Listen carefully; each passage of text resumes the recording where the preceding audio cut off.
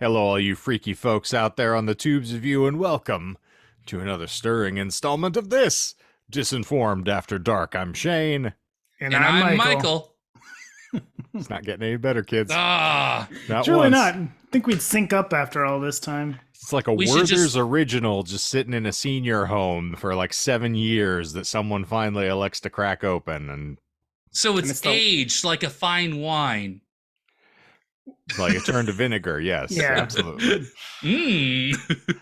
Well, since we had so much discussion about this on this last week's episode, it'll allude to the Werther's original in the elder care homes, So Uh-oh. That's what Doc, I was thinking you of can when go you ahead and mentioned give that. us another, lengthy discussion on all of your experience fondling you've the been- elderly. So you've been Bonding the elderly. Yeah. fondling. Yes, not fonding them. I'm That's so it, they're not fond of the cheese. elderly. Aw. Oh, I was thinking like a fondue, but That's Bond even don't. worse. And- Not well, with the speaking of elderly. Too cheesy stringy. segues. We, of course, for those uninitiated, are three hosts of the increasingly popular podcast, the Disinformed Podcast, which wings your way every lovely Monday morning on your preferred podcast provider app. You can scope us out there. We talk about random esoterica and lie about it, and that's true this week. And we actually got back to it. But back on the fond and our fond memories of all of the cheese that has melted and drizzled everywhere. Mr. Michael, you are coming to us from different environs, a new locale, if you will. Yes. Yes, So I am. How was the move? You didn't give us any details on the episode because I was too long-winded and didn't need a blow-by-blow. I mean, it was a fairly uneventful drive. We did get the key. So actually the only thing that was a little bit suspicious about this whole thing was, so I'm not renting through an apartment complex or anything. I'm renting through someone that, through a website that I was recommended to, or whatever for, I don't know the correct grammar. Hotternot.com? It's called furnishfinder.com, and it's mainly for traveling nurses. So it's the idea that you do a very short-term lease in a place that's already furnished, so you aren't like moving everything there because you're a traveling nurse, you don't have much, so well, you don't need to care. Are you going to rent a U-Haul every time you move states like, and stuff? between When you this- say traveling nurse, I'm thinking of like a huckster running like a panacea cart, or you're just, a carnival barker out and standing behind Snake you know, oil. Oh, look at yes. this cocaine here. Take it, it'll cure all your ails. My name is Dr. King Schultz, and this is my horse, Fritz. Hey. That sort of thing. But so I'm here. I'm at a place that I'm technically not renting, and so in order to pay for this, I had to send money.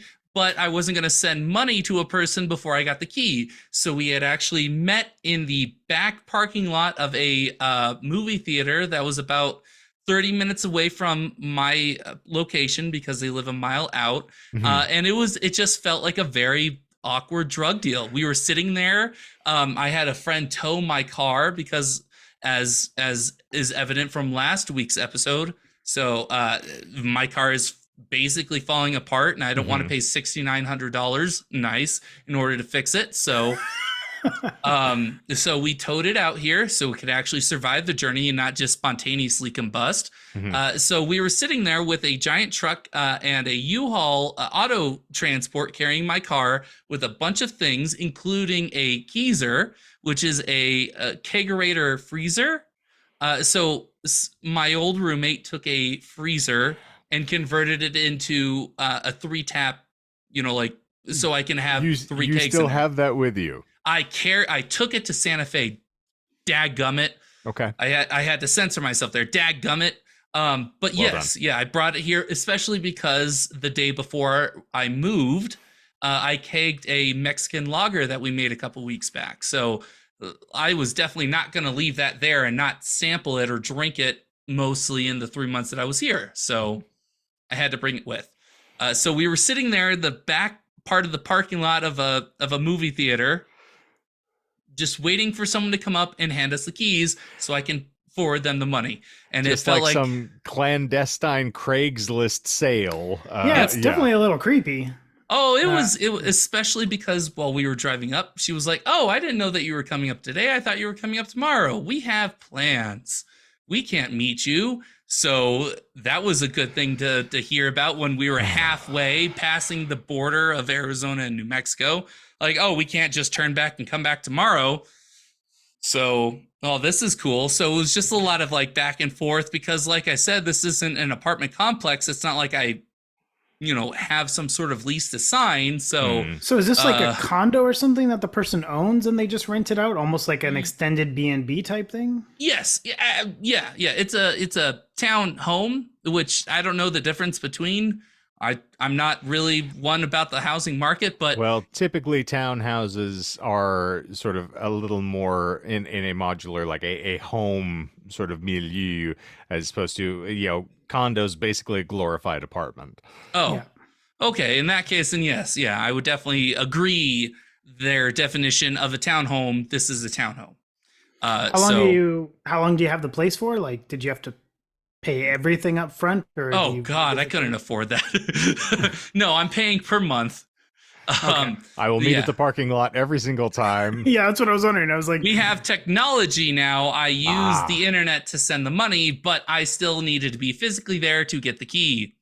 And that was pretty much it. It wasn't, handing the person an envelope of money, in exchange for a key. you never hand them the money yourself. Have you not seen The Wire or any film? You give it to some kid, he runs it around the corner, he gives it to you, and then you go over and so I kind get of the did key something. from an old shoe. I kind of did something like that. So it was a money request through an app because I have Bank of America and there's a thing called Zelle. You can send money.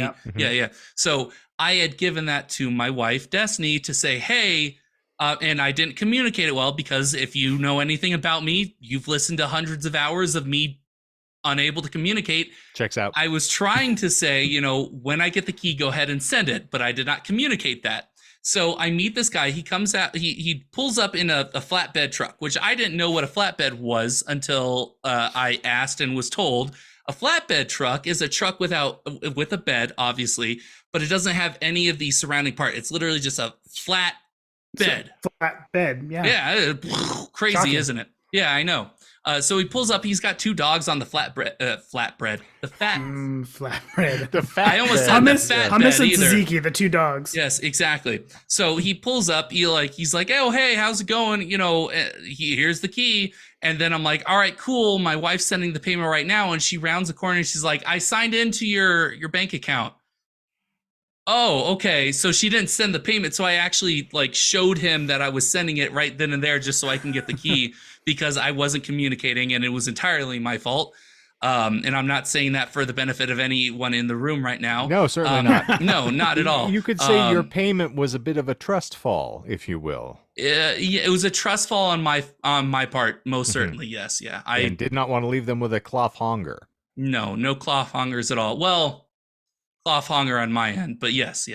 So Yes. I got the key, and that was 30 minutes out. So we drove back. We were anxious that this key, we were like, well, what if this key doesn't unlock this, townhome? What if we get there and the key just doesn't turn? It's like, well, in that case, I don't know what to do because I just Sleeping on the street.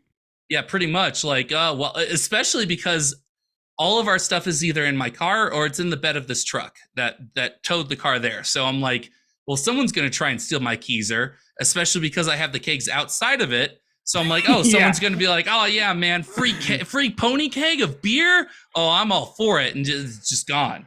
So I was really anxious about this whole ordeal, but lo and behold, unlock the door. Mexican lager. I mean, I hadn't even tried it yet. It still had to be carbonated. You got to work on your priorities here, friend. I enjoy Mexican lagers, especially when they're handcrafted by myself. But it's not, any of our valuables, the safety of my wife, my daughter, or myself. It's God forbid they steal my Mexican lager. Exactly. Before I even had a sip of it. Yes, I tried it when I was tapping it on Saturday, and it was a fantastic. Lannister? It's tapping. Man, hats off to you though, because you're saying you enjoy a fine Mexican lager, especially when you've crafted it yourself. And I'm thinking to myself, I only enjoy a fine Mexican lager if I haven't tried to craft it myself, because if I have, it would not be something that I'd want to But I wouldn't want the two dogs in that flatbed to have to put up with that. Was that a joke about, the aftermath of Hispanic cuisine that you made there? Oh no, I'm a hell of a cook. I just can't Oh. make beer or wine Made for anything. But have you Mexican tried? lager. I tried. Damn I near killed her. tried both beer and wine once, and they were abject failures. So I have. So you were brewing hooch in the back of a toilet tank. Well, it was in the bathtub. Pause. But No shit, really? found me Okay, out. this is way more important. This is way more of a bigger no, deal it was a than long me time moving ago. It was here. just That doesn't change anything. Well, it wasn't good. So I just it's whatever. You brewed it in a bathtub. Why? There's so many fermented- questions. Fermented Well, it was bread. a book. It was a book that talked about. I mean, I had the You accoutrements. put a book inside in the bag? No, yeah. The book And said, pour beer in bathtub. Done. No, the accoutrements were in the bathtub. I just didn't have a spot to store the stuff. It wasn't in the bathtub proper. Oh, I thought you were Lightning. like straight up pouring it into the bathtub. no, it's the not like bathtub is full 1920s with beer. prohibition period here. That's not like what you filling made it- bowling balls of it and That's what you made it sound like. I was like, oh man, this is way more important than me moving to Santa Fe. You brewed No. beer in a daggum bathtub. It's very hard for me to catch myself cursing. though since you are quite apparently gifted at crafting beer, if I'm ever in Arizona or Santa Fe, wherever the case may be, I might have to get tips and tricks from you then. So maybe I'll give it another go here and try my hand at crafting beer again. First tip, not in a bathtub. Noted. Yeah, you should write that down. Take that down. Take it down. Well, I mean, you could have utilized maybe like a molasses still, or a tree tap to get some sap. Ooh. When you got there and the key did work, were you very excited? Were you very happy with the place? Was it everything you wanted? It was everything I expected, which was a place to stay for 3 months. I wasn't expecting, like a million things to do. I wasn't expecting a pool down the road. I wasn't expecting a, 24-hour open fitness center or anything like that. Wait staff. But yeah, exactly. I wasn't expecting to hit a button and some waiter comes in, with a hotel service or whatever. It's good. I mean, that TV that you see in the background, because this is a visual medium now, with it being an After Dark, not mine. All the wires and stuff connecting to it is, but no, it's good. It serves its purpose. Not to put too fine a point on it, Yeah. Well, I'm glad you made it there safely and everything's gone smoothly. as we all are. Yeah, and now you're getting to do all the training and all that, and hopefully it gets more fun as time goes on. Yeah. I mean, like, I've already learned to evacuate when I should evacuate a building at least 3 times. I try to evacuate at least every morning after coffee. a cup or two. Are we just going to be doing the same jokes we did on the episode now? Like, are we just going back into part 2? Okay, we'll talk about the satanic panic yet again. All right. So, in this podcast, we do lies, and I mean, even when you're making fun of me, you can't make fun of me properly. Come on.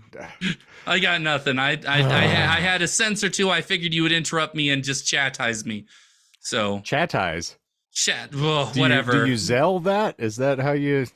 I zell that chatize. Oh, a chatize bouillon. Very tasty. Chatize me, Captain. All right, well done. So we have one more thing to discuss before we shake our tail feathers and get the hell out of there and hit the Ricky Road, if you will. According to Doc, real Canadians, could not give a toss about maple. And When did I say this? constantly Need to go back to utilize this. the Z. Well, yes, the Z, yes, but the maple, I gotta Now, revisit this this. is When- purely because there's the A to Z store. Yes, that's what we're alluding to here. I do not know said store. Again, The as Z store is what I said. Z store, yes. So as I said pre-roll, I highly recommend that everybody that's watching this take 2 seconds, well, take a minute of their time. It's like 58 seconds long. Just Google the I Am Canadian Molson ad. It covers everything it takes to be a Canadian and clears it up in much more succinctly, in a more succinct way than I ever could. But yes, we say Z, not Z. A Chesterfield is a couch. What? Or Yeah, an ottoman, you know. What? Yeah. What? Well, an ottoman's a different thing, but no. Oh, I mean, yeah, the we call ottoman is couches- where I you was put your alluding to feet the bare on that. naked ladies. Oh, I Oh, see. okay, fair, But fair, no, fair. yeah, no. Couches are called Chesterfields. Why? So that's because Like, called. is there a If factory? the point is that is you there? have to, watch the Molson ad movie to Oh, understand, Michael. That's He's not more gonna effort I'm explain- willing to put into it. Oh. Well, Just but, give but me the the point is, deets. it's just a little like linguistic differences between our little nations there. You know, just like we.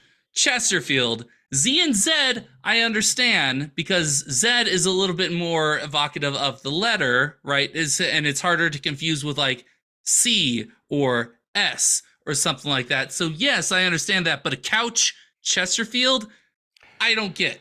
What was It's the named origin after, story with it? the famed, couch creator and leather upholsterer Rodney Robert P. Chesterfield. Yes, exactly. Oh, who went to okay. great lengths in order to ensure that every Canadian keister was met with comfortable fabrics that would support, lift, and separate whilst one is, waiting for It is a your very craft important dinner. thing. Canadians consume more donuts per capita than any other nation in the world. Exactly. And according to you, the Maple Bar is not one of them. Oh, and speaking of, well, it doesn't really matter, but out here in Virginia, Hampton, Virginia, there's a shop called Glazed Donuts. Got a maple bacon donut there. Best I've ever had in my life. They do it with like a smoked bacon on top. It was so delicious. So a Virginia-based bagel or a donut shop. Sorry, I got bagels on the brain. A bagel shop in Virginia does maple better than anywhere that you've been in Canada. That's what I'm hearing. As a Canadian, that is what you were saying, right? Well, so that's not what I'm saying. Okay, However, he's pleading the fifth. However, I would probably say, I mean, it's been a long time since I've had Tim Hortons, but I would probably say that Tim Hortons, if I was guessing, probably isn't up to snuff anyways. They had taken a bit of a dip in quality anyways in my last few years there because they used to make everything fresh in-house in terms of donuts, not coffee. Coffee, they're still number one. Well, how do you know? You haven't had fresh Tim Hortons. Well, that's true. No, so- that's true. That's true. As of a decade ago, they were still number one in coffee game. That's true. I don't know if you know this. Someone just revoked any Canadian affiliation that you had when you're claiming that that's Tim not- Hortons You had your is no C longer card a revoked. national institution. No, I'm talking only about donuts, and I think most Canadians would agree because about 15 years ago, well, 12 to 15 years ago, Tim Hortons went from making their donuts fresh in-house to making them at some other place, freezing them, and then shipping them out to the various Tim Hortons ones. So now you're getting like older donuts, not the fresh made right there in the back of the restaurant. That's, that may be, but I'm just saying you're not Trudeau, okay? You don't just get to speak for all Canadians and somehow have that just be glossed over.